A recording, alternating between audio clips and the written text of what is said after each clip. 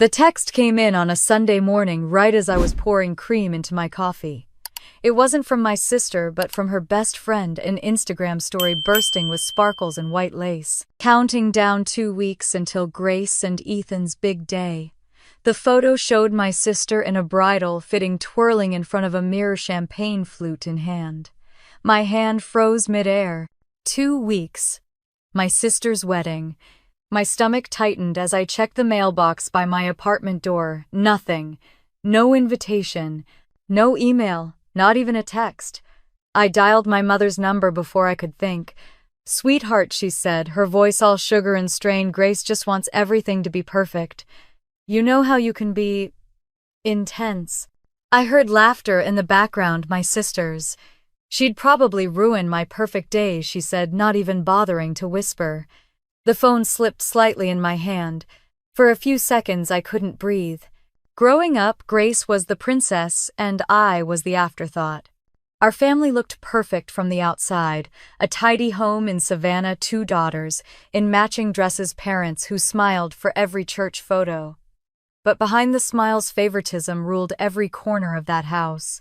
When Grace got a B, she was doing her best. When I got an A-, I was slipping. When she sang off-key in choir, everyone clapped. When I landed a scholarship to college, my mother said, "Good, one less tuition to worry about." I learned early that love in our house came with conditions: be soft, be agreeable, be like Grace. By the time I turned 33, I'd built a life that looked nothing like theirs. San Diego gave me distance, salt air, sunlight, and a career that finally made me proud of myself. I was the PR director for a tech firm, juggling press releases and product launches, living alone in a quiet condo overlooking the bay. My parents said they were proud too, but in the careful, detached way people praise a stranger. The real daughter, the golden one, was Grace. She'd majored in communications, quit every job she tried, and reinvented herself as a lifestyle influencer. A few filters, a sponsored candle line, and 1,000 compliments from Mom. Later, she was the success story. When Grace met Ethan, a young doctor from a well-known family, my parents behaved like they'd won the lottery.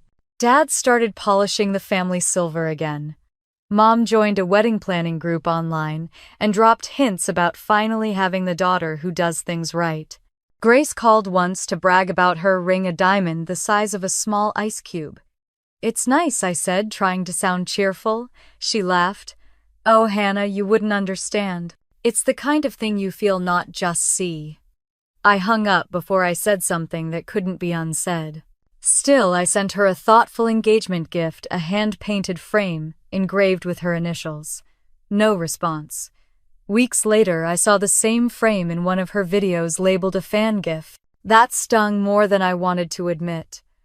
Now, standing in my kitchen with the morning light pouring in and my sister's wedding photos flooding my phone, the years of small humiliations piled up all at once, I called again. This time, she answered, her tone bright and fake. "Hey, Hannah, what's up? I just saw something about your wedding," I said. "It's in 2 weeks." Yeah," she replied, voice lowering a notch. "It's kind of a small thing. Intimate, just close family." "I'm your sister," I said flatly. There was a pause.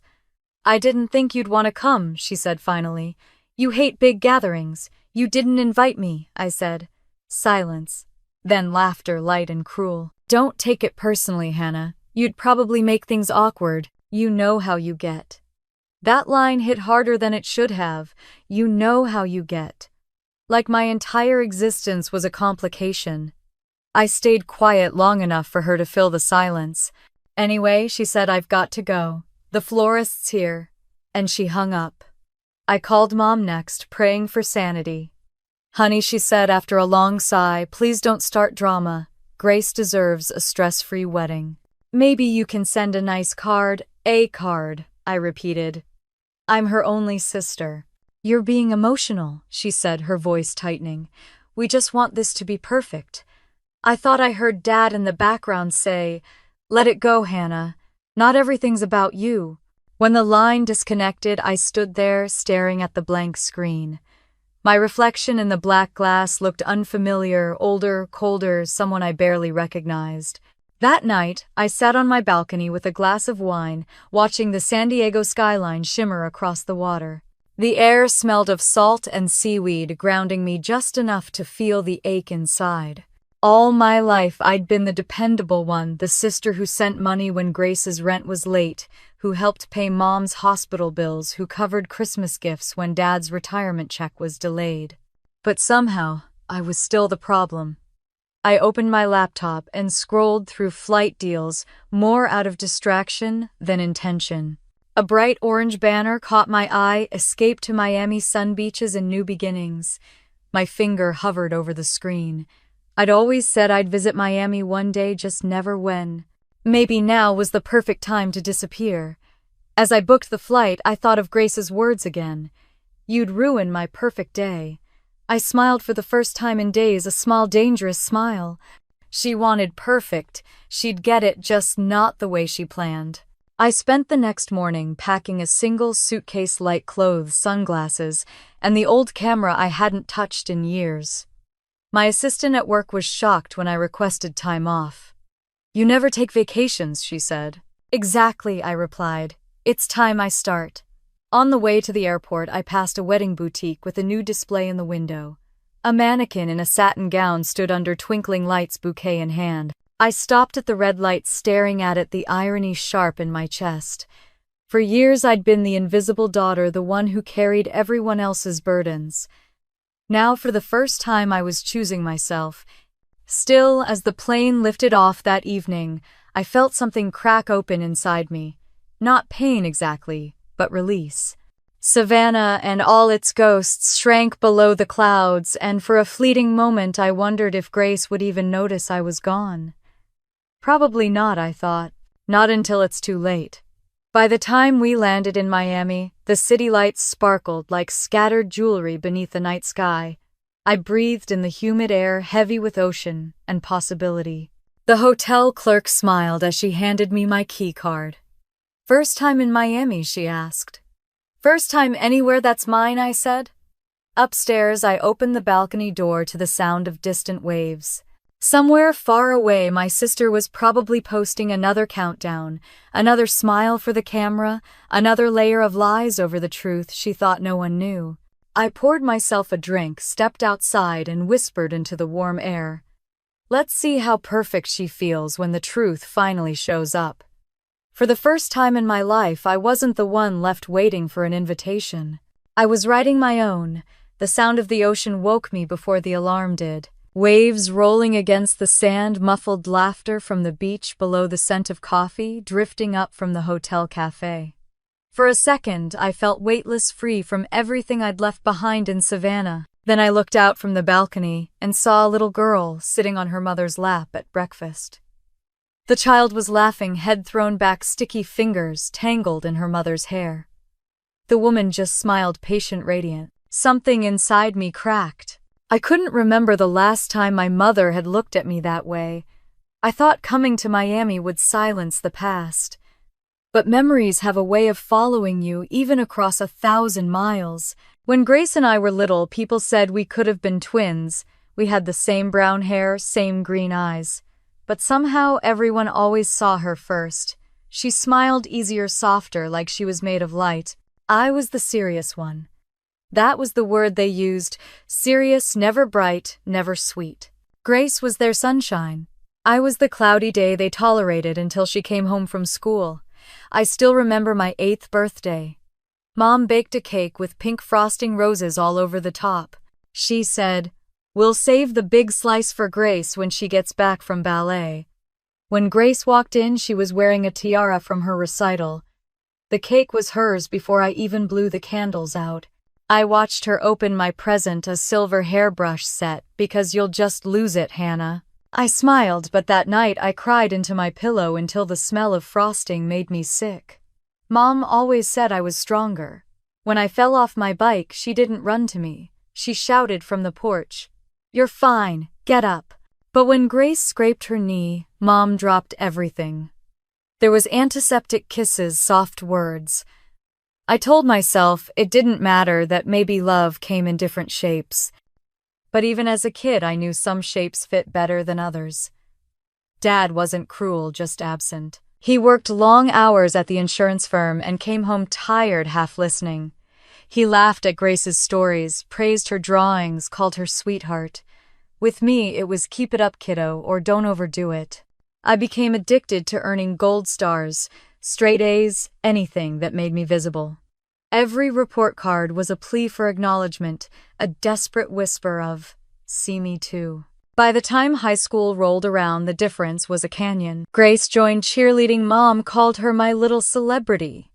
I joined debate team and won regionals, but they forgot to show up for the finals. When I got home that night with my trophy, the kitchen table was covered in shopping bags. "Sorry, honey," Mom said. "We lost track of time." Grace needed a new dress for the banquet. I told her it was okay. I said that a lot back then. College was my first act of rebellion. I applied to the University of Washington just to get as far away from Georgia as possible. When the acceptance letter arrived, Mom didn't even open it. She just said, "You'll miss us. Grace can't imagine the family without you."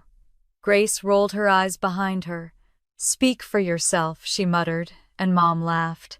I left 2 months later with one suitcase and a head full of resolve. No one drove me to the airport.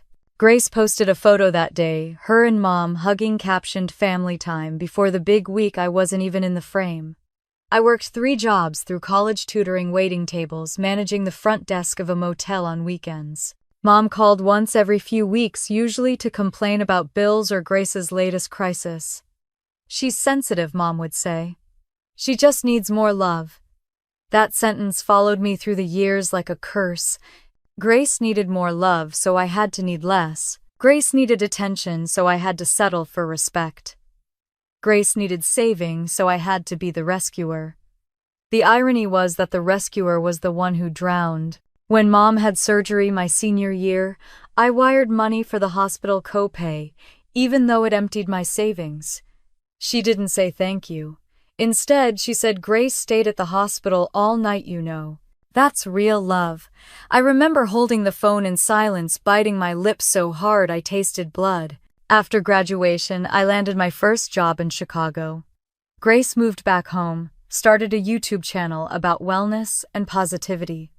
Within months, she had sponsors, free skincare, and an army of followers. I sent flowers for her first brand partnership. She didn't respond, but a week later, Mom posted, "So proud of my Grace, I was tagged nowhere." That pattern never changed. Holidays were the worst. At Christmas, I'd fly home, gifts in hand, only to find Grace had taken over the living room with her lights, her music, her fiancé of the month. I was the guest who arrived late to her show. One year, I brought Mom a silver necklace. Grace gasped and said, "Oh, I bought her the same thing but in gold." Mom wore Grace's the rest of the night. Now, sitting in the cafe downstairs in Miami, I stirred my coffee and watched the foam dissolve. The smell of roasted beans reminded me of the mornings in Savannah when I'd sit in the kitchen before school. Grace would sleep in while I packed my own lunch. Mom always said, "You're so independent, Hannah." I used to think it was a compliment. Now it sounded like a sentence. I pulled my journal from my bag and opened to a blank page. The words came slow then, all at once. "I have spent 33 years trying to be someone worth loving. Maybe the problem isn't me. Maybe it's them." Outside, the sky shimmered like liquid glass. A couple walked by hand in hand.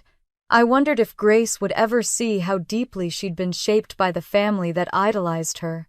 Or maybe she already knew, and that was the cruelty. She liked it that way. When people call you strong long enough, they forget you can break. They assume your silence is comfort, your distance is choice. But silence is just what happens when no one listens anymore. I thought of one night years ago when Grace came crying to my dorm room after another fight with her boyfriend. She had nowhere else to go. I let her in, made her tea, stayed up until dawn, calming her down. In the morning, she hugged me and said, "You're the only one who understands me." 2 days later, she posted a photo with him captioned, "Perfect couple forever." I was erased again. The waitress came by with a refill. You all right? She asked softly. I forced a smile. I'm fine, I said. I'd been saying that for decades. Back in my hotel room, I stood before the mirror studying the woman I'd become. My hair pulled back, eyes tired but still sharp. The kind of woman people mistake for being unshakable. I touched the glass where my reflection stared back and whispered, "Even strong things crack." The afternoon sun turned everything gold. I stepped onto the balcony, journal still open in my hand. The page fluttered in the wind. Grace just needs more love. You're stronger. Mom's words echoed again. Maybe that was the moment everything had broken, the day I accepted that love had to be earned. A gull soared overhead, dipping low toward the ocean. For the first time, I wondered what it would feel like to stop earning and just exist. I closed the journal and leaned against the railing, feeling the heat on my skin. I told myself I'd come to Miami to forget the wedding, but forgetting wasn't healing. Healing meant remembering without the pain swallowing me whole. Somewhere out there, Grace was trying on her dress again, smiling into a camera, building the illusion of perfection. I almost pitied her. Almost. Because perfection built on lies always cracks. My phone buzzed on the table inside. A message from an unknown number appeared on the screen. The preview read, "You don't know me, but you should hear what your sister's been hiding." I stared at it, the sound of the waves fading into nothing. The coffee went cold in my hand. So maybe after all these years the universe had decided to show me that even the golden child bleeds. And for the first time in a long, long while, I didn't feel weak. I felt ready. The message glowed on my phone screen, pale blue against the dark. You don't know me, but you should hear what your sister's been hiding. For a moment, I thought it had to be a scam. Miami was full of random numbers, spammers, tourists, people selling boat rides. But something about the phrasing made my pulse quicken. My sister's been hiding. I stared at the words until they blurred. Outside, the wind pushed the balcony curtains inward like a slow breath. I typed back before I could second-guess myself. Who is this? No reply. I tried again. What are you talking about? Nothing. Hours passed. I turned off the lights, curled up in bed, and told myself not to care. But sleep refused to come. Every time I closed my eyes, I saw Grace's face, smiling, untouchable, smug. I thought about her saying, "You'd ruin my perfect day," and the old anger began to stir again. The phone buzzed just past midnight. You deserve to know before it's too late. My heart thudded. Too late for what I texted. The typing bubble appeared, disappeared, reappeared. Then, check your email. I sat up, flipped open my laptop, and logged in. A new message waited in my inbox, subject line, "Truth." My fingers hovered above the keyboard. For one long breath, I almost deleted it. Then curiosity, poisonous, irresistible, took over. Inside was a single sentence: "She's not who he thinks she is." Below it, 3 attachments. The first was a screenshot of text messages, Grace's number unmistakable, the same bubbly speech patterns she used on Instagram captions. The conversation was between her and a man named S. She called him baby and wrote things like, "I miss your hands." The date stamp was from last week. The second attachment was worse, a photo of Grace in a car leaning across the console to kiss someone. The angle was grainy but clear enough to show her face. The man beside her wasn't Ethan. The third attachment was a bank transaction, a $5,000 wire transfer from Grace's account to someone named Sean Turner. I sat frozen, the glow of the screen washing over me. The ocean outside seemed to grow louder, as if it were roaring through the room. Sean Turner. I knew that name. 2 years ago, he'd been a marketing consultant at my firm. Tall, charming, reckless. I'd introduced him to Grace at a charity gala. She'd spent that whole night giggling at his jokes while I presented our company's new campaign. 2 months later, he quit. A year later, he reappeared on Grace's social media, tagged in photos from New York, then gone again. My stomach turned. I wrote back to the unknown number. "Who are you? How did you get these?" "Someone tired of her lies," came the reply. You're not the only one she's used. I reread every line of that message, letting the truth sink in. Grace was cheating on her fiancé, 2 weeks before the wedding. And whoever this was, they wanted me to know. I closed my laptop and pressed my palms over my face. I wanted to cry, but the tears wouldn't come. Instead, I laughed, a short, broken sound that startled even me. I had spent my entire life trying to earn their love, and here it was, finally, the evidence that their perfect girl was nothing but a fraud. But then came the second wave, the moral one. Did I really want to expose her? To humiliate my sister even after everything she'd done to me? I thought of Ethan, the fiancé, probably planning his vows right now, rehearsing promises she'd already broken. My phone buzzed again. Do what you want with the truth, but hurry. She's good at covering tracks. I stared at the screen. Somewhere deep inside, a voice whispered, "You could just delete everything. Pretend you never saw it. Go back to your beach chair and your cocktails and your carefully rebuilt peace." But another voice, the older one, the one that had lived through every dismissal, every backhanded compliment, every forgotten birthday, said no. Not this time. I spent the rest of the night going over every photo, every timestamp. The images weren't faked. I checked the metadata on the files taken 3 nights ago in Savannah. The license plate in the background matched Grace's car. The man's watch, a sleek silver band I remembered from our office farewell party, confirmed what I already knew. The betrayal was real. By sunrise, the sky had turned a faint rose over the Atlantic. I poured coffee and stood by the window watching the city wake up. My reflection looked calm, almost serene. But inside, something was shifting. For the first time in years, I wasn't the helpless one. I had information, leverage, truth. I opened a new folder on my desktop and named it Truth. Then I copied the files inside. The phone rang again around 8. It was Ashley, my friend from Chicago. "How's paradise?" she asked. I hesitated. "It's interesting. You sound weird. Are you okay?" "Better than I've ever been," I said. "Just thinking." She laughed. "Thinking in Miami, dangerous combination. Call me when you get into trouble." When we hung up, I stared at my reflection again. Trouble. That word fit perfectly. I needed to know why this stranger had reached out. I scrolled through the text thread again, reading every word. The phrasing was careful, almost formal, like someone trying not to reveal too much. Maybe it was Sean himself. Maybe Ethan's friend. Or maybe someone from Grace's little influencer circle, someone she'd hurt.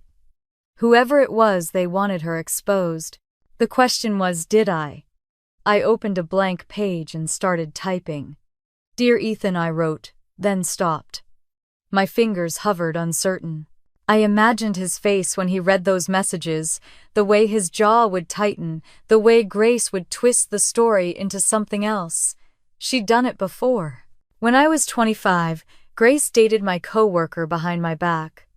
When it came out, she told everyone I was jealous. People believed her because Grace always looked like the innocent one. That scandal cost me a promotion. She'd smiled through it unscathed. Not this time. I deleted the half-finished email and instead drafted a list: names, dates, screenshots, bank transfers. A clean, undeniable trail. I wasn't sure what I would do with it yet, but the act of organizing felt powerful, almost sacred. Around noon, I walked down to the hotel pool. Families splashed in the shallow end.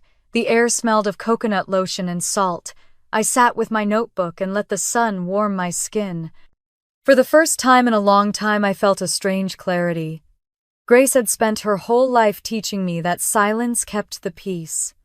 Maybe it was time to teach her that truth could shatter it.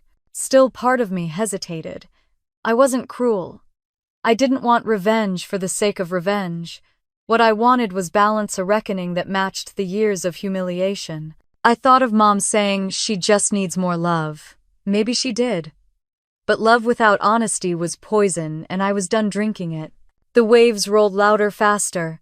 Somewhere a gull screamed overhead. I imagined Grace standing at the altar veil, perfect smile, flawless, the entire town watching, and then Ethan opening an envelope. Seeing the photos, the truth spilling out like sunlight through stained glass. The image was terrible and it was beautiful. I picked up my phone, opened the messages, and typed, "What do you want from me?" The reply came within seconds. "If you want to see more, meet me tomorrow, Bayshore Cafe, 10 a.m. Don't tell anyone." The screen dimmed, leaving me staring at my own reflection again. The calm surface of the water outside shimmered in the afternoon light, but beneath it I could feel something deeper stirring, an undertow, pulling me toward the inevitable. I closed the phone and whispered to no one. "Okay, Grace, you wanted perfect. Let's see how perfect you are when the truth walks in." The next morning, Miami shimmered under a thin film of humidity. Sunlight bounced off the cars crawling along Bayshore Drive, the air already thick with the smell of salt and roasted coffee. My cab pulled up in front of Bayshore Cafe, a small corner spot with faded teal awnings and wooden tables facing the water. Tourists in linen shirts sipped cappuccinos, laughing over pastries. It looked like the last place anyone would come to talk about betrayal. I sat near the back, ordered black coffee, and kept my sunglasses on. Every few seconds I glanced at the door. Part of me still thought this might be a prank. Another part, the part that hadn't stopped replaying those photos, knew better. 10 minutes passed before a man walked in. Mid-30s, brown hair tucked under a baseball cap, wearing a plain gray t-shirt and jeans. He scanned the room, spotted me, then headed straight for my table. He didn't ask before sitting. "You came," he said, voice low. "Clearly," I replied. "You must be the stranger who likes dramatic texts." A faint smile. "Mark."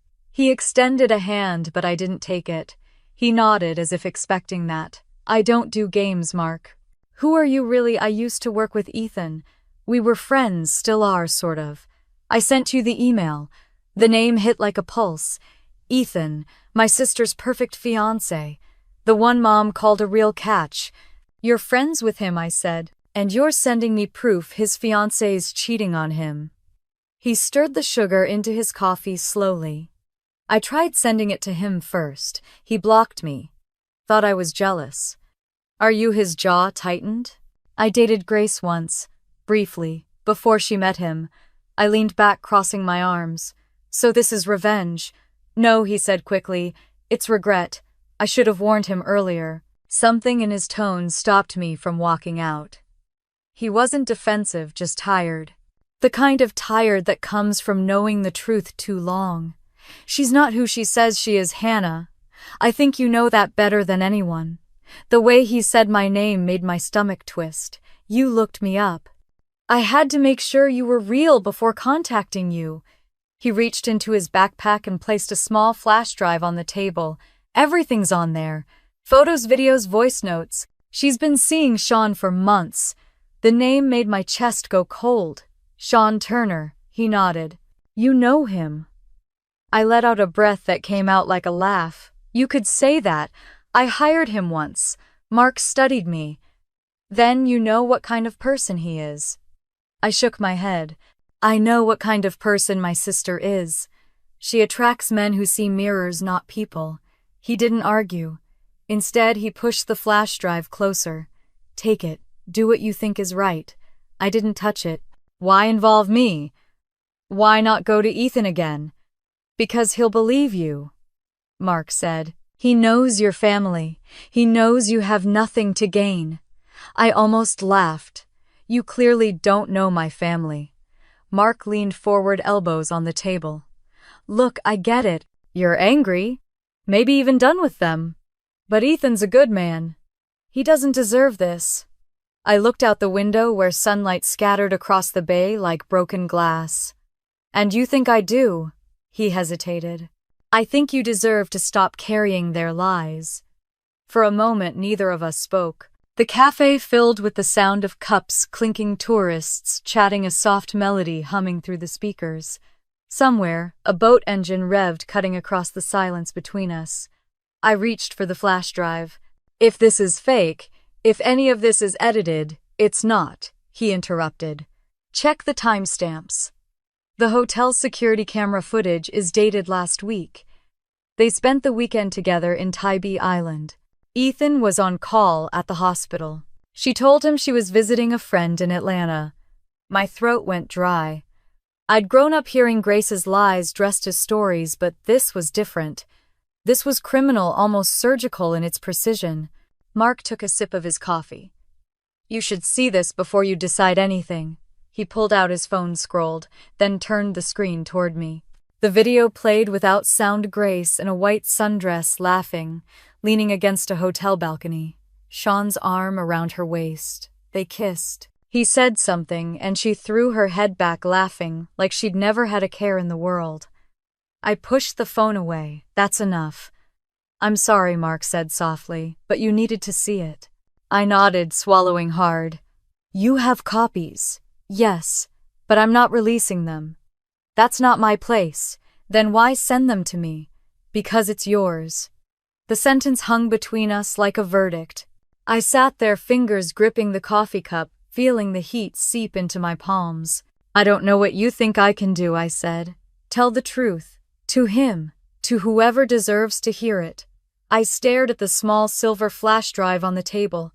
It looked harmless, almost innocent, like a bullet before it's fired. Mark checked his watch and stood. I've got to go. My flight's in 2 hours. We're back to Savannah, he said. I'm not staying for the fireworks. He hesitated, then added, Be careful. She's not just manipulative, she's smart. She'll twist anything you say. He left without waiting for me to reply. I sat there long after he disappeared, watching the waves brush against the dock. The world kept moving ordinary and bright, while inside me, something dark began to solidify. Back in my hotel room, I plugged in the flash drive. Files filled the screen, images, recordings, text logs. Grace's voice in one of the clips, low and teasing. He'll never find out, trust me. Ethan's too busy saving lives. My hands trembled. I pressed pause. For years I'd carried the shame of being the difficult sister, the one who couldn't just be happy for Grace. Now I realized my instincts had been right all along. The truth had been rotting under the surface, and everyone had chosen to look away. I walked to the balcony, staring down at the stretch of ocean. The waves glittered in the midday sun, endless and unforgiving. I thought of Ethan, how kind he'd seemed at family dinners, how sincerely he'd once thanked me for helping Grace plan her engagement photos. She's lucky to have you, he'd said. I'd smiled, then not knowing he was the one who needed saving. Mark's words echoed in my head. You'd be saving him. Saving him or destroying her, maybe both. The truth was a blade. No matter who held it, someone was bound to bleed. I picked up my phone and opened the gallery of screenshots again. Every pixel felt like proof and punishment at once. Grace with her glossy hair and fake laughter. Grace, the adored daughter, the one who never got her hands dirty until now. The hotel phone rang, startling me. I let it ring twice before answering. Miss Miller, the concierge said. Just confirming your flight to Savannah tomorrow evening. Would you like to upgrade to business class? I didn't remember booking it. But then again, I didn't remember deciding half the things I'd done that day. My voice came out steady. Yes, upgrade it. When I hung up, I caught my reflection in the glass door. My face looked calm, composed, but my eyes were sharp. Grace had wanted me gone from her wedding. She'd made sure of it. Now I was coming back not to ruin her perfect day, but to make sure she finally lived in the world she created. That night, I packed my suitcase again. The same clothes, the same perfume, the same camera. But the woman folding them wasn't the same one who'd arrived here 3 days earlier. I slid the flash drive into a small envelope, sealing it with a strip of tape. On the front, I wrote a single word: truth. As I turned off the light, the city outside still glimmered like it was alive, whispering promises through the palm leaves. I lay down, eyes open, the sound of the surf mingling with my thoughts. Grace wanted perfection. She'd get it, just not the way she imagined. Tomorrow I was going home. The plane dipped through a layer of soft clouds, and Savannah unfolded beneath me, green marshes, winding rivers, rooftops glowing under the southern Sunday.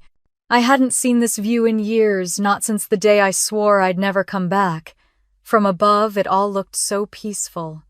But peace had never lived in that town, not for me. The city looked unchanged. The only difference was me. When I stepped off the plane, the air hit me, with the heavy scent of magnolias and humidity, thick and nostalgic. I rented a car and drove toward the old neighborhood past the church, where we used to go every Sunday, past the bakery where Grace got her first job and quit after 3 days, past everything I'd once tried to belong to. Every street held a memory I didn't ask to revisit. The Miller house sat at the end of a quiet cul-de-sac, its white porch and blue shutters freshly painted. Mom had probably ordered new flowers for the wedding. The front yard looked like a magazine cover. I parked, took a deep breath, and rang the bell. The door opened after a few seconds. Mom stood there in a floral apron holding a wooden spoon. For a second, her eyes widened as if she'd seen a ghost. "Hannah," she said, voice tight. "What are you doing here?" I smiled faintly. "Thought I'd surprise you. Big weekend, right?" Her lips twitched into a polite smile that didn't reach her eyes. "Yes, well, we weren't expecting." Dad's voice floated from inside. "Who's at the door?" Mom hesitated before answering. "It's your daughter." He appeared behind her, older but unchanged, same stern jaw, same air of quiet disappointment. "This is a surprise," he said. "Everything all right in California?" "Everything's fine," I said. "Just wanted to wish Grace happiness, that's all." They exchanged a look I knew by heart, the silent conversation of parents deciding how to handle the difficult child. "Of course," Mom said finally. "Come in. But don't say anything that might upset her. She's under a lot of stress." "Of course," I repeated. Inside, the house smelled of vanilla candles and lilies. Wedding chaos filled every corner, boxes of decor, white ribbons, catering checklists taped to the fridge. Grace's laughter echoed from upstairs, bright and rehearsed. When she came down, she froze mid-step. "Oh, you actually came." Her words were coated in sugar, but the surprise in her eyes was real. She looked flawless, perfect curls, manicure glow of someone who'd never worked a hard day in her life. I smiled, calm and even. Wouldn't miss it for the world. She hesitated before descending the rest of the stairs, holding a crystal flute of orange juice like she was in a commercial. "Well, that's nice. We didn't think you'd want to be part of all this.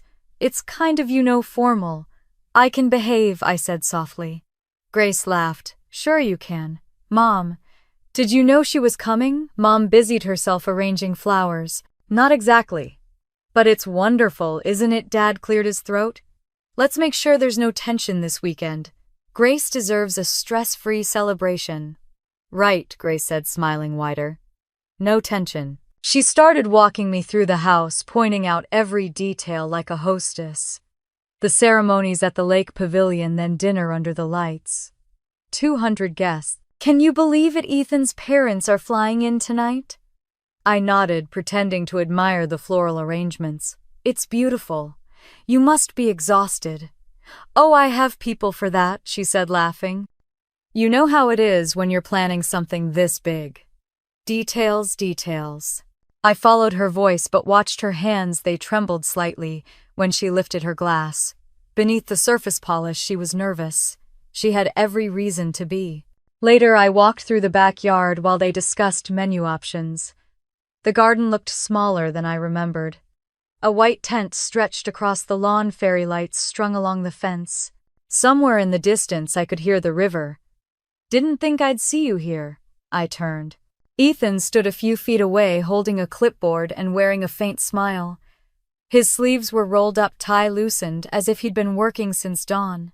He looked exactly the same, steady, kind, the kind of man who made people feel safe. "Hi," I said. "Wedding planner making you earn your vows already." He laughed, rubbing the back of his neck. "Something like that." Grace wanted everything perfect. You know how she gets. "I do." He looked at me for a moment, studying my face. "I'm glad you came, Hannah. I always thought you'd be here. Did you? I asked. Of course, your family. The words stung more than I expected. Am I? He frowned slightly. She loves you in her own way. Grace just has a hard time showing it. Yeah, I said, I noticed. He smiled again, though it didn't reach his eyes. Anyway, it'll mean a lot to her that you're here. I wanted to tell him everything. That his bride-to-be was cheating, that the photos were real, that I had proof in my bag. But I looked into his kind face and couldn't do it, not yet. Timing mattered. Truth needed the right stage, and the curtain hadn't risen. Instead, I said, Are you happy, Ethan? He hesitated, surprised by the question. I think so. Grace makes life exciting. Never boring, that's for sure. Exciting. The word tasted ironic. I smiled, said goodbye, and walked back toward my car before I said something unforgivable. At the hotel that evening, I stood by the window watching the river turn to silver under the moon. The city buzzed faintly in the distance. I set my bag on the bed and pulled out the small envelope. The word truth stared back at me in my own handwriting. I placed it on the table next to a note card I'd picked up from the wedding invitation display. Tomorrow I would decide where it belonged. The air conditioner hummed softly as I poured a glass of water. I could still hear Grace's voice echoing through the house earlier, high, bright, full of control. She'd looked untouchable in her perfect white dress, but her eyes had betrayed her. She was afraid. Maybe she didn't know exactly what of, but she could feel it coming. I opened my journal and began to write, tomorrow my sister will have her perfect day. I'll just make sure it's honest. For the first time in my life, I didn't feel powerless. The lies that had trapped me my whole life were now mine to expose or contain. The phone buzzed on the nightstand. A new message flashed from the same unknown number that had sent me the first email. He deserves to know before he says I do.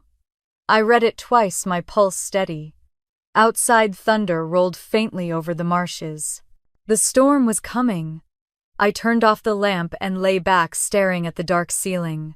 Tomorrow would decide everything for her, for him, and for me. Grace wanted perfection. Tomorrow she'd get the truth instead. The morning of the wedding broke bright and cloudless, the kind of golden savanna day that photographers prayed for.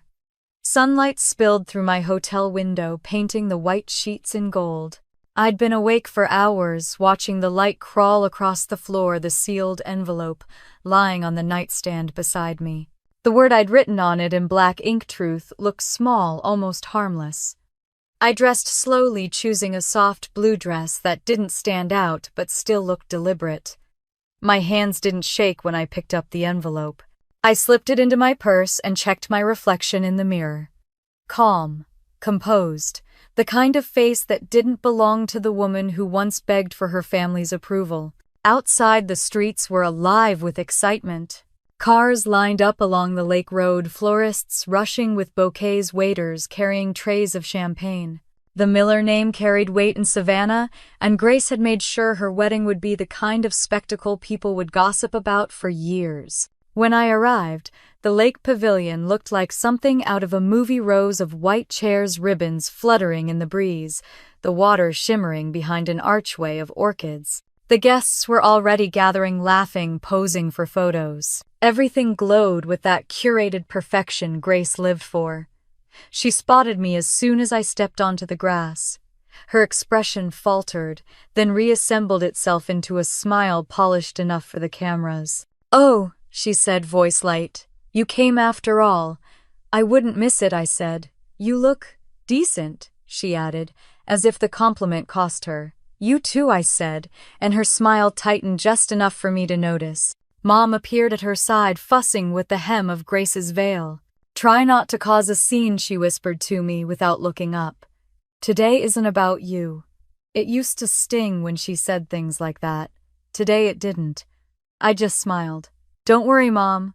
I'm perfectly quiet." Inside the pavilion, the air smelled of perfume and lilies. The hum of conversation filled every corner. Old family friends, business partners, people I hadn't seen since childhood. everyone congratulating themselves for being part of the perfect day. I found a seat near the back where I could see everything but no one could see me. Grace floated around the guests, her laughter loud practiced. Ethan stood near the altar, talking to his best man, looking impossibly steady in a charcoal suit. There was a softness in his eyes I hadn't noticed before, gentle, honest, undeserving of what was about to happen. When the music started, the crowd hushed. Bridesmaids glided down the aisle in pale pink. Then came the pause, the collective inhale. Grace appeared at the top of the path, framed by sunlight, her dress shimmering like water. People sighed. Someone whispered, "She looks like an angel." I watched her glide forward, every step calculated, every glance rehearsed. The angel everyone adored. And all I could think was, let's see if angels can bleed. When she reached the altar, Ethan took her hand. For a moment they looked like perfection itself. Then I saw it, the small envelope in his other hand, cream-colored, my handwriting faintly visible on the front. Grace noticed too. "What's that?" she asked, softly, still smiling for the audience. He looked down at it, then back at her. "Something that was delivered to me before the ceremony." Her smile faltered. "Probably from a guest, maybe," he said. His voice was calm, but I saw the tension in his jaw. He slid a finger under the seal. The room seemed to hold its breath. Grace's eyes flickered toward me, and for the first time since childhood I didn't look away. Ethan unfolded the note. He read the single sentence, lips moving silently. Then he looked at Grace. "Is there something you want to tell me?" She blinked, confusion painted perfectly across her face. "What do you mean?" He reached for the laptop connected to the sound system. "You'll understand." Grace's voice rose tight. "Ethan, stop. This isn't funny." But it was too late. The speakers crackled, and the projector screen behind them came alive. The first image appeared: Grace in a white sundress, her arms around Sean on a balcony. Laughter. A kiss. The date stamp in the corner, unmistakable, last week. The sound of shock rippled through the guests. Someone gasped. A glass shattered. The music cut off completely.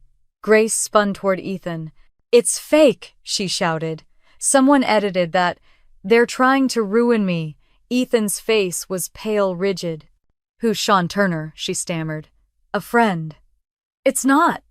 A man rose from the audience. "Mark, I hadn't known he'd come." "He's not a friend," Mark said, his voice clear. "She's been lying for months. I tried to tell you, Ethan." Ethan stared at Grace. "Is it true?" She shook her head violently. "No, they're all jealous. You can't believe them." But the room had already turned on her. "Guests," whispered, cameras, still rolling, faces frozen between fascination and horror. Mom covered her mouth. Dad looked like he'd aged 10 years in 10 seconds. Grace tried to step forward, but her heel caught on the hem of her dress. She stumbled, clutching at Ethan's sleeve. "Please," she begged, her voice cracking. "You have to believe me. It was a mistake." He stepped back. "A mistake is forgetting an anniversary, Grace. This is betrayal." The microphone fell from his hand, hitting the floor with a hollow thud. Grace's breath came in ragged gasps. "You can't do this to me. Not in front of everyone." Ethan looked at her one last time. "You did this to yourself." Then he turned and walked down the aisle, past the stunned crowd, past the flashing cameras, straight out the door. The silence that followed was deafening. Grace collapsed to her knees, sobbing, her pristine white dress spreading across the floor like spilled milk. I stood up slowly. Around me, people began whispering, "Who sent it? How did he find out?" But their voices were distant, muffled. I walked down the side aisle, my heels quiet on the wooden floor. When I reached the open doorway, the air outside hit me like a cool wave. I looked back once. Grace was still on the floor, her hair undone, her crown slipping. Mom knelt beside her, whispering useless words. Dad just stared motionless. The lake glittered behind them, reflecting everything that had just shattered. I stepped out into the sunlight. The wind carried the faint echo of chaos from inside, but all I felt was stillness.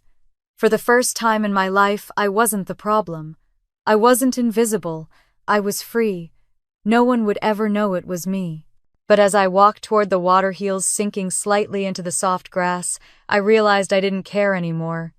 The truth had done what I never could. It made them see. Behind me, someone called my name, but I didn't turn around. The sun was warm on my face, the world sharp and clear. Grace had wanted her perfect day. And she got it, just not the way she planned. The rain started sometime before dawn, soft at first, then steady, tapping against the hotel window like an old clock. I lay awake, listening, the sound somehow fitting. Yesterday had been fire. Today was water washing away what was left. My phone blinked on the nightstand, lighting the room in pale blue intervals. Notifications stacked endlessly, texts, missed calls, voicemails. I didn't need to open them to know what they said. When I finally reached for the phone, the first thing I saw was a headline: local influencer's wedding ends in chaos. Below it, a still image: Grace on the floor, her white gown soaked, mascara running down her cheeks. Another headline read: betrayal caught on camera. The clip from the ceremony had leaked online and was everywhere. I pressed play once, only to hear the faint sound of gasps and the crash of a wine glass before I turned it off. I didn't need to see it again. The comments were a mix of fascination and disgust. "Serves her right," one said. "Poor guy," said another. I scrolled a bit more before setting the phone face down. Justice, it turned out, was loud. By noon, every Savannah gossip page had weighed in. Grace's sponsorships were suspended, her brand accounts locked, followers dropping by the thousands. The perfect daughter, the beloved face of Southern elegance, was now the headline scandal of the week. I read it all with an emotion I couldn't quite name, something between relief and grief. I made myself coffee and stood by the window. Across the parking lot, the river gleamed silver under the gray sky. I'd dreamed for years about them finally seeing the truth, and now that it was real, the victory felt empty. Truth doesn't heal it, only clears the wound so you can see how deep it goes. When the phone rang again, I almost ignored it. But the caller ID flashed: Mom. I stared at the name for a long second before answering. "Do you have any idea what you've done?" Her voice came through sharp and panicked. "Your sister's life is in ruins. Everyone's calling me, reporters, friends. What did you send him?" "Hannah." I closed my eyes. "Good morning to you too, Mom." "Don't you dare be flippant. Tell me the truth. Did you send that video?" "She sent it to herself," I said quietly. "She just didn't know it yet." Mom gasped, furious. "How can you talk like that? You've always been jealous, always waiting for her to stumble." "No," I said. "I was waiting for you to notice I was standing." The silence that followed was thick and trembling. "You're cruel," she finally whispered. "She's your sister." "And I'm your daughter," I replied. But that never seemed to matter as much. Her sobbing started, then broken and theatrical. "You'll regret this. You've destroyed this family." I stared at the rain streaking the glass. Maybe it needed to break before it could ever be real. I ended the call before she could answer. For a while, I just sat there, letting the quiet settle around me. The guilt came in soft waves, old habit. Then, as quickly as it came, it receded. What was done wasn't cruelty. It was truth finally allowed to breathe. That evening, the phone buzzed again. Unknown number. I almost didn't pick up, but something made me slide my thumb across the screen. "Hi, Hannah." Ethan's voice was calm, low. "I hope it's okay that I called." My heart tightened. "It's fine," I said. He hesitated. "I wanted to thank you for the truth. I think I knew something was wrong, but I didn't want to see it." I leaned against the wall. "You didn't deserve what happened." He exhaled softly. "Neither did you. I'm sorry for everything your family put you through." I didn't know what to say to that. "What will you do now?" "I'm leaving Savannah. I need to start over somewhere far away from all this." "Good," I said. "Some truths deserve distance." He chuckled softly, the sound warm and tired. "You know, when I met you the first time, I thought you were intimidating. Grace said you were cold." "I'm not cold," I said. "Just careful." I know that now, he said. Take care of yourself, Hannah. You too. When the line went dead, I realized my hands were steady. I hadn't noticed until that moment how often they used to tremble. 2 days passed before Grace showed up. I heard the knock just as I was packing to leave. It wasn't loud, just persistent. I opened the door to find her standing there, barefoot, hair unwashed, wearing an oversized sweatshirt that swallowed her frame. She looked like the ghost of her own perfection. "Can I come in?" she asked. I stepped aside. She walked to the center of the room, staring at nothing. "You're happy now, aren't you?" she said finally. "You got what you wanted." I closed my suitcase and sat on the edge of the bed. "What exactly do you think I wanted? You humiliated me in front of everyone. You made me look like a monster." I met her eyes. "You did that all by yourself." She laughed once bitterly. "You think you're so righteous, but you've always hated me. You couldn't stand that people loved me." I stood slowly. "I didn't hate you, Grace. I hated what loving you turned me into." She blinked, confused. "What does that even mean?" "It means I spent my whole life shrinking so you could shine. Every time Mom compared us, every time you took what was mine and called it yours, I told myself it didn't matter. But it did. You taught me that love was competition. I'm just finally opting out." She crossed her arms, but her voice trembled. "You sound just like them, selfish, cruel." "No," I said softly, "just done." "Do you have any idea what it's like to lose everything overnight?" "Yes," I said. "I lived that way for 30 years. She wiped her face with her sleeve. "I don't know how to fix this." "Then stop trying to fix it," I said. "Start facing it." She looked at me like she didn't understand. "So what now? You get to be the good one." "There are no good ones here," I said. "Just people who finally stopped lying." She turned toward the door, voice small. "You really hate me, don't you?" I shook my head. "No, Grace. If I hated you, I wouldn't have sent the truth. I would have let you keep living the lie." She didn't answer. She just nodded once and left, closing the door softly behind her. The room felt impossibly still. I walked to the window, the rain gone now, leaving the world washed clean. The Savannah River shimmered under the last light of day, brown and gold, endless. I picked up my phone, saw more headlines, more speculation, more noise, and turned it off. For the first time in my life, silence didn't feel like punishment. It felt like peace. I poured myself a glass of water, sat by the window, and breathed. Somewhere out there, my family was unraveling, but it wasn't my responsibility anymore. The truth had cost me them, yes, but it had given me back myself. As the sky darkened, lightning flickered far off across the marsh. I watched it dance on the horizon, faint and distant, a reminder that storms never really vanish. They just move on to other skies. I whispered to the quiet room, "Maybe this is what freedom sounds like." And for the first time, I believed it. 2 months later, I could finally breathe without feeling the weight of other people's stories pressing on my chest. The Savannah scandal had burned itself out, leaving nothing but smoke and silence in its wake. I'd moved to Charleston, rented a small apartment near the water, and started over. The mornings smelled of salt and roasted coffee, and for the first time in years, I woke up without dread. My new office was a small PR agency that handled local artists and nonprofits. No glamour, no chaos, just real people trying to build something meaningful. It felt like oxygen. Most mornings I walked to the pier before work, coffee in hand, watching the fishermen cast their lines. The sun came up slow over the harbor, soft light touching everything it could reach. I liked that about this city. It didn't try to impress anyone. It just existed. One morning, as gulls circled overhead, my phone buzzed with an unfamiliar number. It was an email notification. The subject line read "Interview Request, the sister who stayed silent." I didn't open it. I didn't have to. I could already imagine the words they wanted to turn the wreckage of my family into clicks and views. I deleted it without hesitation and blocked the sender. The truth wasn't for sale.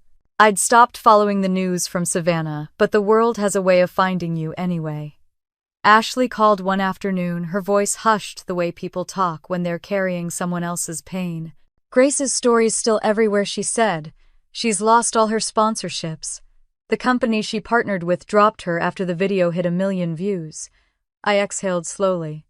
I figured. There's more, Ashley said. Your parents sold the house. Something about debts and medical bills. Grace moved into a small apartment downtown. She's working at a coffee shop apparently. I pictured her there, no cameras, no stylists, no attention, just an apron and a cash register. The image didn't bring satisfaction, only quiet. Are you okay hearing all this? Ashley asked. I'm okay, I said, and I meant it. The next weeks passed in peace. I began therapy again, this time not to survive but to understand. My therapist, a woman named Lena, had a way of asking questions that stripped away every excuse I'd ever built. What would you say to the younger version of yourself? She asked one day. I thought for a long time before answering. I'd tell her it wasn't her job to make everyone comfortable. Lena smiled softly. And what does the adult you need to hear? That peace doesn't mean silence, I said. It just means I finally stopped shouting into the wrong rooms. She nodded. That's growth, Hannah. I started joining a weekend group Lena hosted, Women Rebuilding Boundaries After Years of Family Manipulation. Most were older mothers or grandmothers who'd carried guilt longer than I'd been alive. One of them, a silver-haired woman named May, said something that stayed with me. Telling the truth doesn't destroy families. It reveals which bonds were real to begin with. That sentence followed me everywhere. On a Friday evening, after a long day at work, I was making tea when my phone rang again. The caller ID froze me in place. Grace. For several seconds, I just stared at the screen, watching it light up, fade, then ring again. Finally, I answered. Her voice was small, fragile. Hey. Hi, I said. I wasn't sure you'd pick up. I wasn't sure I would either. There was a pause, filled only by the hum of the refrigerator. Then she said, I've been angry at you for so long, but now I just feel tired.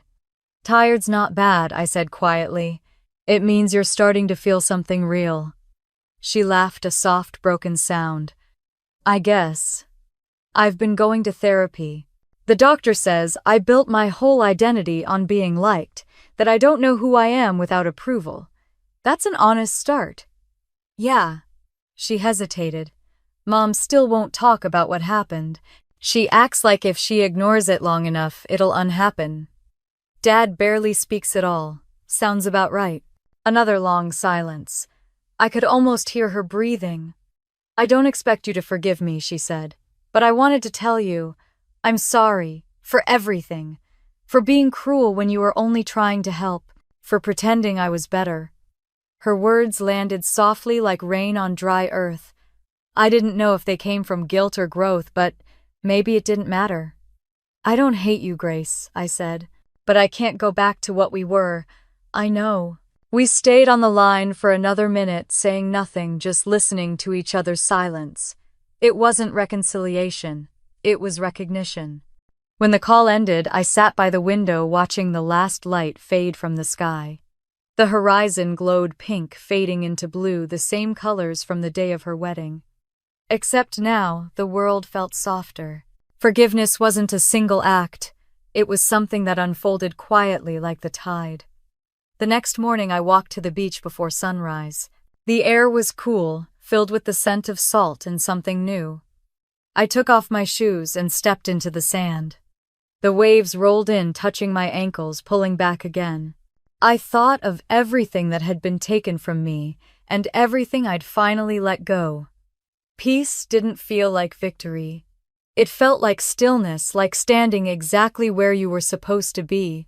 A fisherman nearby tossed his net into the water. The sun began to rise, spilling orange light across the waves. I reached down, picked up a smooth stone, and held it for a moment. Revenge gave me silence, I whispered. Truth gave me peace. I threw the stone into the surf and watched it disappear beneath the ripples. And peace doesn't need witnesses. I stood there until the tide reached my feet again. Somewhere far behind me, life waited emails, projects, people who didn't know my story and didn't need to. Ahead of me, the ocean stretched out endlessly, a promise and a warning all at once. I turned to leave, but something made me look back one last time. The waves rolled in, and just for a second, I thought I saw the stone again glinting under the water before the sea swallowed it completely. I smiled. I thought the waves had finished carrying my story away. But sometimes the tide brings back what you least expect. The letter came on a quiet Tuesday morning in March. It was sitting on the welcome mat outside my door. No return address, just my name, written in my father's unmistakable handwriting, sharp, deliberate, distant. My heart slowed the moment I saw it. I hadn't heard from him since the wedding. I stood there for a long time, staring at the envelope like it might bite. When I finally opened it, the paper smelled faintly of tobacco and old wood. The message was short. Your mother's not well. She's been asking for you. No love, Dad. No apology. Just a statement and a weight that dropped straight into my chest. I sat on the edge of my couch, letter in one hand, coffee cooling in the other. Outside, the early sunlight danced across the harbor. Inside, everything felt still, almost fragile. For the next hour, I didn't move. My mind flickered through memories like old film, her voice calling me ungrateful, her hand tightening around my wrist during arguments, the way she used to praise Grace in front of guests and scold me in private. Every scene felt like a wound that had never properly healed. I'd promised myself I'd never go back to that house, never breathe that air again. But the word mother still carried gravity, pulling at the softer parts of me. I folded the letter, set it on the counter, and tried to go about my day. But no matter how much I worked or cleaned or walked along the pier that evening, the thought followed me. What if this was the last chance to make peace? What if not going would haunt me more than returning ever could? That night I called Ashley. You're not seriously thinking of going back there, are you? She asked. I don't know, I admitted. She's sick. Hannah, her tone softened. They were sick long before that. You don't owe them anything.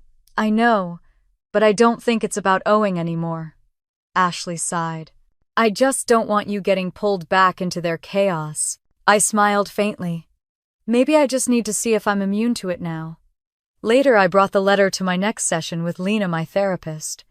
She read it silently, then looked up at me. How do you feel when you see this conflicted? I said. Like a part of me wants to help and another part wants to burn it. Maybe you don't need to do either, she said gently. Sometimes going back isn't about them. It's about proving to yourself that the past can't control you anymore. Her words settled in quietly, like stones sinking through water. 2 days later, I packed an overnight bag and drove toward Savannah. The road stretched long and empty, framed by moss-draped oaks and the faint smell of rain. I hadn't made this drive since the day I left for college. The landscape was the same, but I wasn't. When I reached the city limits, I stopped at a small cafe near the old market square to stretch my legs. The place was nearly empty, just a few locals reading newspapers and the hum of soft jazz. I ordered coffee and sat by the window. That's when I saw her. Grace stood behind the counter, hair pulled into a messy bun apron dusted with flour. She looked up and froze. Our eyes met through the glass display of pastries, and for a second neither of us moved. Then she smiled, small, genuine, fragile. Hi, I said. What are you doing here, just passing through? She nodded, looked down and reached for a paper cup. Coffee's on the house, she said, voice quiet but steady. I wanted to ask how she was, but the question felt too heavy for the room. So I just said thank you and meant it. When she handed me the cup, our fingers brushed. The last time we'd touched, she was in a wedding gown screaming my name. Now she was calm, pale, and, maybe for the first time, real. Take care, Grace, I said before leaving. You too, she whispered. Outside, the air was cool and clean, like rain had just passed. I took a sip of the coffee and smiled faintly. It was strong, a little bitter, just right. The drive to my parents' house took less than 15 minutes, though it felt longer. The once grand colonial looked smaller. Now the paint chipped the yard unkempt. I parked under the magnolia tree and sat for a moment listening to the tick of the cooling engine. My hands didn't shake this time. When I knocked, the door opened slowly. Mom stood there, thinner than I remembered, her hair almost entirely gray. Her voice was small. "Hannah." "Hi, Mom." She hesitated, then stepped aside. "Come in." The house smelled of old flowers and dust. The framed family photos still lined the hallway: Grace's graduation, my parents' anniversary, and one of me from years ago tucked in a corner like an afterthought. We sat in the living room. She kept smoothing her skirt, eyes darting around the room, as if the right words might be hiding somewhere in the furniture. "I wasn't sure you'd come," she said finally. "I wasn't sure I would either." She gave a weak smile. "Your father said I should write. He thinks you hate us." I looked at the sunlight filtering through the lace curtains. "I don't hate anyone, Mom. I just stopped pretending everything was fine." Her eyes filled with tears. "I did what I thought was best. I was trying to protect the family." "You protected the image," I said softly, "not the people." She flinched but didn't argue. After a long silence, she whispered, "You were always the strong one. I just didn't know how to love you without feeling small." Something in my chest loosened like a knot slowly untangling. I reached across the space between us and touched her hand. It trembled under mine. For the first time, she didn't pull away. We sat like that for a while, not speaking. No dramatic apology, no absolution, just two women finally admitting how tired they were of hurting. When I stood to leave, she squeezed my hand, once weak but deliberate. "You look happy," she said. "I hope you really are." "I am," I said, and for the first time, it was true. Outside, the afternoon sun hung low, turning everything gold. The house looked smaller than ever, but it didn't scare me anymore. It was just a place where something once happened. I walked down to the river that ran behind the neighborhood. The same one I used to visit as a kid, when I needed to think. I pulled Dad's letter from my pocket, read it one last time, then let it slip from my fingers. The paper floated for a moment before the water carried it away. Some doors don't close with anger. They close quietly when you stop waiting for an apology that will never come. I stood there until the sun began to sink, warm light reflecting off the ripples like gold shards. Somewhere behind me, the house windows glowed with fading light. I turned and walked back to my car. The wind smelled of salt and memory, but it no longer hurt. As I drove away, I glanced in the rearview mirror and saw the road behind me disappearing into the distance. I didn't know what waited ahead, but I felt ready for it. What I didn't know was that as the river carried my father's letter away, something else was already on its way back to me. The email arrived on a quiet Friday morning. I was sitting by the window finishing my second cup of coffee when the notification blinked across my screen. The subject line was short and strange enough to make me freeze. "No hard feelings, Ethan." For a full minute, I just stared at it. My first instinct was to delete it without reading. I'd built too much peace to risk letting the past back in. But something in the phrasing, calm, almost kind, made me click. The message was simple. He wrote that he'd left Savannah, that he was living in Asheville now, working at a small medical clinic.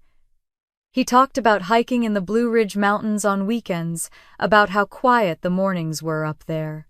Then one line stopped me cold. "Sometimes the truth hurts just enough to set us free.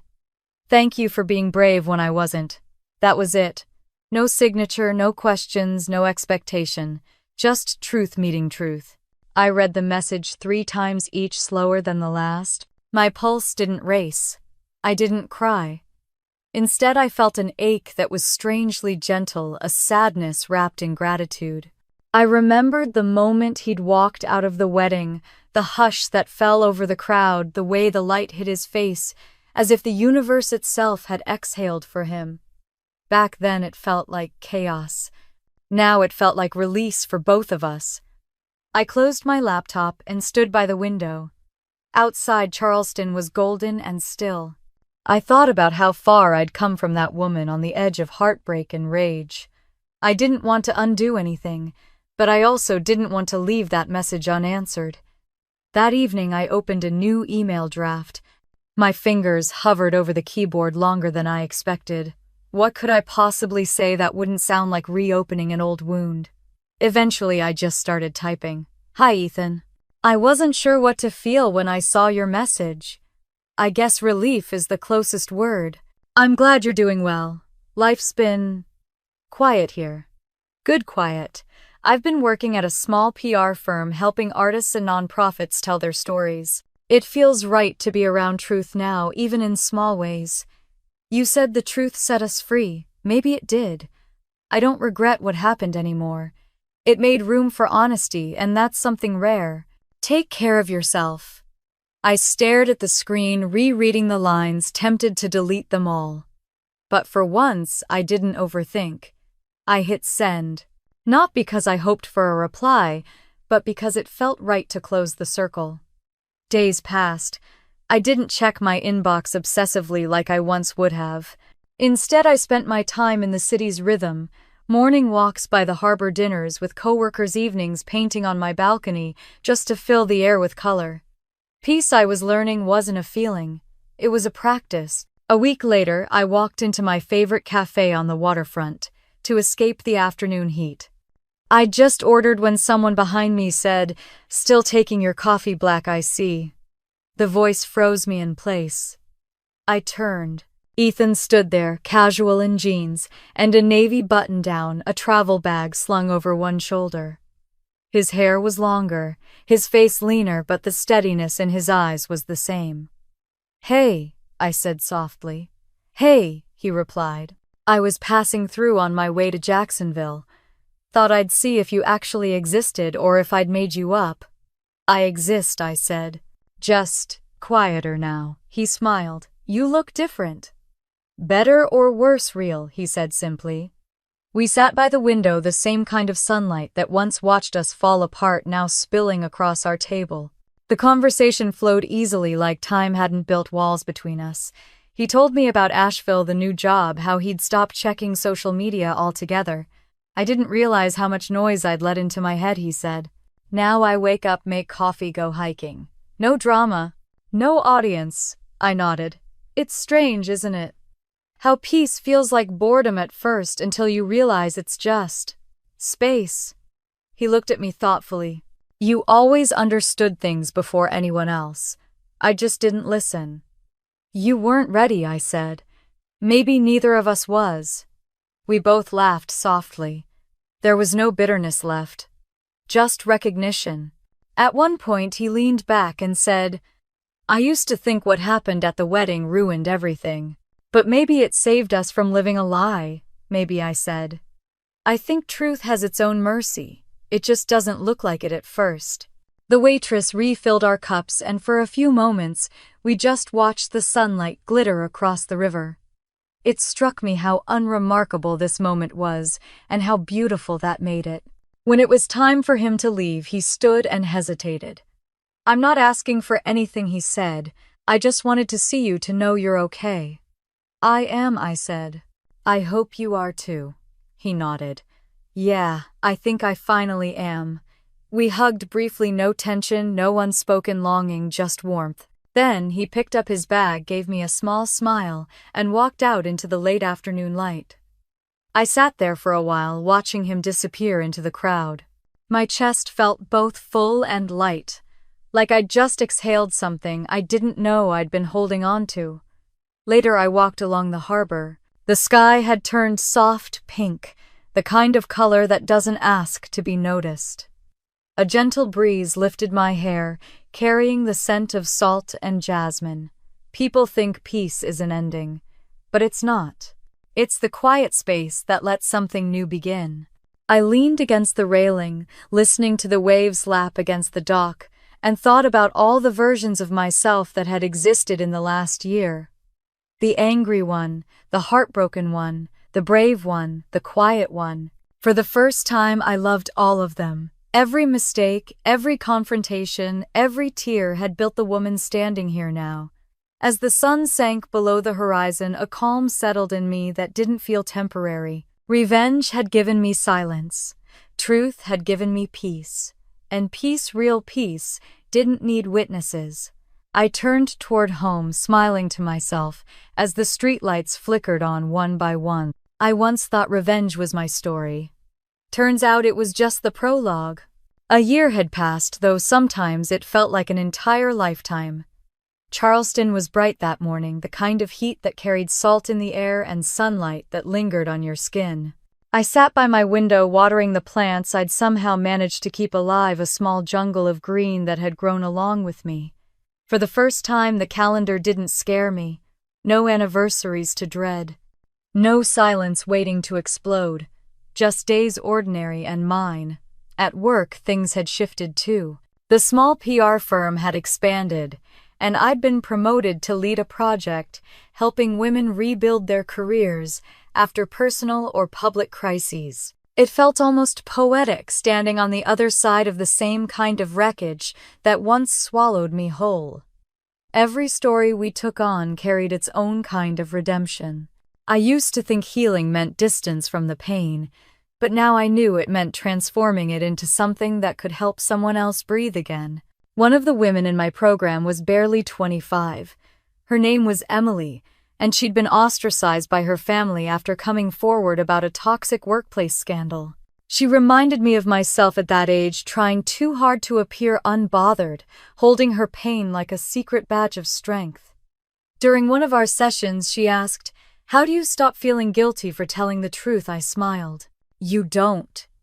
You just get used to knowing that guilt doesn't mean you were wrong. Truth doesn't make you cruel, Emily. It makes you clear."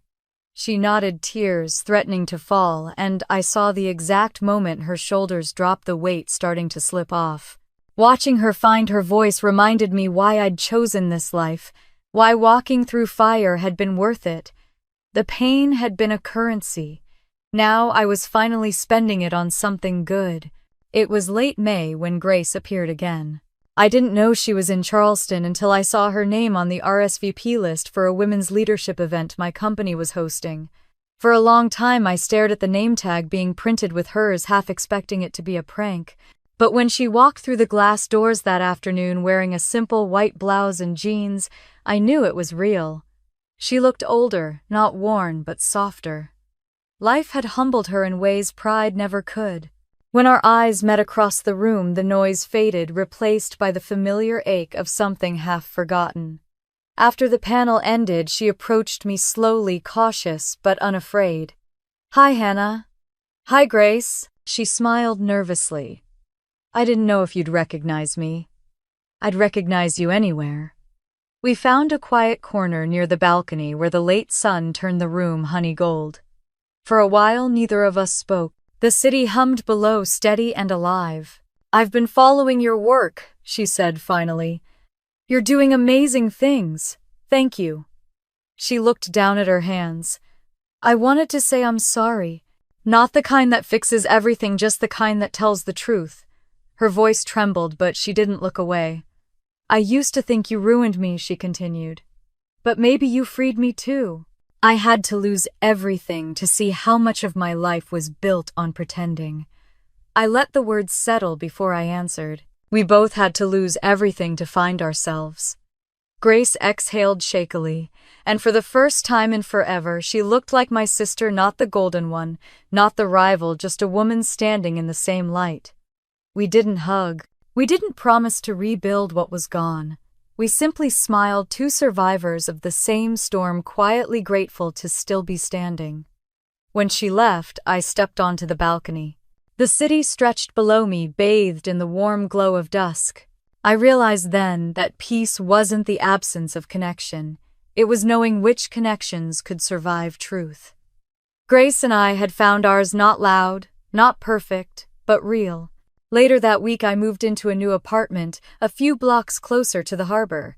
It had a tiny balcony where sunlight poured in every morning, and I'd filled it with plants, ferns, herbs, and a small lilac bush I'd found at a market. Mom used to love lilacs. I planted it not out of nostalgia, but as a quiet way of forgiving without words. Each morning, I'd water it carefully, feeling the roughness of the soil against my fingers, the scent of new life rising. Watching it bloom became my daily reminder that growth doesn't require approval, it just requires sunlight and time. One morning, as I trimmed a few dry leaves, I found myself whispering to the plant, "You can't control who loves you, but you can grow anyway." The words felt truer than any prayer I'd ever said. My work kept me busy, but not in the hollow way it used to. I taught workshops, spoke at small conferences, and mentored women who were learning how to own their voices. Sometimes they cried, sometimes they laughed, but always they left lighter. I remember one evening after a long event, sitting on the balcony with a glass of wine. The city was alive below, music drifting from nearby bars, couples walking hand in hand. The air smelled of rain and jasmine. I opened my journal and began to write. I used to think peace was quiet, but it's not. It's the soft hum that comes after the chaos, the sound of your own heart finally believing it's safe. I paused, watching the lights shimmer across the water. Then I wrote another line. I thought I'd spend my life proving my worth. But peace isn't about being chosen, it's about choosing yourself. I set the pen down and smiled, realizing I didn't need anyone else to read these words for them to matter. The lilac on the balcony swayed gently in the wind, the petals glowing under the streetlights. I took a sip of wine, leaning against the railing. Somewhere in the distance, church bells rang, marking the hour. I'd spent years waiting for storms, expecting the sky to fall, the floor to give way, the people I loved to disappear. But now I wasn't waiting for anything. The world was still unpredictable, yes, but I was rooted strong enough to weather whatever came next. As the night deepened, I whispered to the quiet I used to live, waiting for the storm. Now I plant my roots where the sun finds me. And for the first time in my life, I wasn't afraid of what tomorrow might bring. The morning light slipped quietly through the curtains, painting thin gold lines across my bed. Outside, the city was just waking up, the sound of gulls, a dog barking somewhere, the slow hum of the first bus passing down the street. It had been exactly a year since I returned to Savannah, since I faced the last ghosts of that house and finally closed the door behind me. Back then, I thought peace would feel like fireworks. Instead, it came like this soft, ordinary, and real. The kind of silence that used to terrify me now felt like home. I poured coffee and stepped onto the balcony. The air carried the faint smell of salt and something sweet from the cafe below. The lilac bush I'd planted had bloomed overnight, pale violet petals against the dark green leaves. It made me smile. There was a time when everything beautiful made me suspicious, like I didn't deserve it. Now I just let beauty be what it was. A year ago, I believed revenge would heal me, that exposing the truth would fill the hollow places my family had carved out of me. But what I learned was simpler, harder, and infinitely truer. The truth doesn't fill you. It empties you of illusions, of guilt, of the need to be understood. And in that emptiness, something pure finally grows. Some mornings I still think about it. All the phone call that started everything, the flight to Miami, the quiet terror of discovering the truth, the chaos that followed. But now those memories come like distant thunder, a sound I can recognize without flinching. Everything that burned had meaning. Every storm that tore through my life left space for sunlight. If none of it had happened, I'd still be fighting for a seat at a table that was never built for me. I've learned to stop asking why people fail to love you the way you deserve. Sometimes the answer is simply that they can't. And that doesn't make you unworthy, it just means you were never meant to live in their small idea of love. On my desk sits a letter I wrote but never sent, addressed to the girl I used to be. I pick it up sometimes, reading the words to remind myself how far I've come. Dear me, you were never difficult. You were never too much. You were just born with a heart that refused to shrink to fit inside other people's comfort zones. You tried to earn love by being useful. Quiet, forgiving, but love isn't a trophy, and forgiveness isn't a leash. You didn't lose your family. You found yourself. And one day when peace arrives, you'll realize it was never about being chosen. It was about choosing yourself. I fold the letter back into its envelope, though I no longer need the reminder. She, the girl I was, does. Somewhere, in another time, she's still trying to be enough. I hope she reads these words through the years and knows she made it here. In the afternoons, I walk to the beach. It's never the same twice. The waves change shape with every tide. The color of the sky never repeats itself. Today, the sand is warm beneath my feet, and the water shimmers like glass. Children run along the shore, laughing, their footprints erased as quickly as they're made. One little boy catches my attention. He's building a sandcastle near the edge of the water, working fast, piling towers and bridges. Every time a wave washes it away, he laughs, not cries, and starts again. The sight makes something ache and bloom inside me at once. Life will always rebuild itself if you let it. I sit down a few feet away, watching the tide creep closer. When I first came here months ago, I used to bring my journal, trying to write meaning into every detail. Now, I just breathe it in. The rhythm of the sea has taught me something important: you can't hold still what's meant to move. As the sun begins to lower, I whisper to the horizon, I forgive you. I'm not sure who I'm saying it to: my family, my sister, myself, but it doesn't matter. Forgiveness isn't a transaction. It's a quiet surrender of the past. I walk closer to the water, letting the waves curl around my ankles. The wind smells like freedom. I close my eyes and think of every version of me that once stood on a shore like this, angry, grieving, terrified. I wish I could reach back and tell her, you survive. You become more than survival. For a long time, I stand there listening to the ocean, breathing in and out the same way I've learned to. Peace, I've realized, doesn't shout. It doesn't arrive with trumpets or closure or applause. It comes quietly, when you finally stop asking why me and start whispering, thank you. The people who hurt you will go on their way, and so will you. The difference is, you'll carry truth instead of pain. Truth is lighter. It travels better. As the last light fades, the waves turn silver, catching the reflection of the moon. I think of Grace sometimes, not with anger anymore, just curiosity. She sends postcards now and then, short notes from new cities. The last one said, I'm learning to live without pretending. You taught me that. I smiled when I read it. That's the thing about truth, it echoes. It ripples outward long after the initial sound is gone. The air cools, the sky deepens to indigo. I walk back up the beach, leaving footprints that the next tide will take. Behind me, the sea keeps moving, steady and endless like time itself. I stop at the edge of the boardwalk and look back one last time. The moonlight dances on the water, and I feel something I can't name: gratitude, maybe. For the storms, for the endings, for the peace that grew from everything that broke. I used to think revenge would fix what was broken, but all it ever did was clear the path for truth. And truth gave me peace. The tide always returns, but so does the Sunday. Maybe you've been through something like this. Maybe you're still standing in your own storm, wondering if peace will ever find you. If my story found you tonight, tell me, what truth are you still afraid to face? Sometimes saying it out loud is the first step towards setting yourself free. And if you believe, like I do now, that peace begins with honesty, stay with me.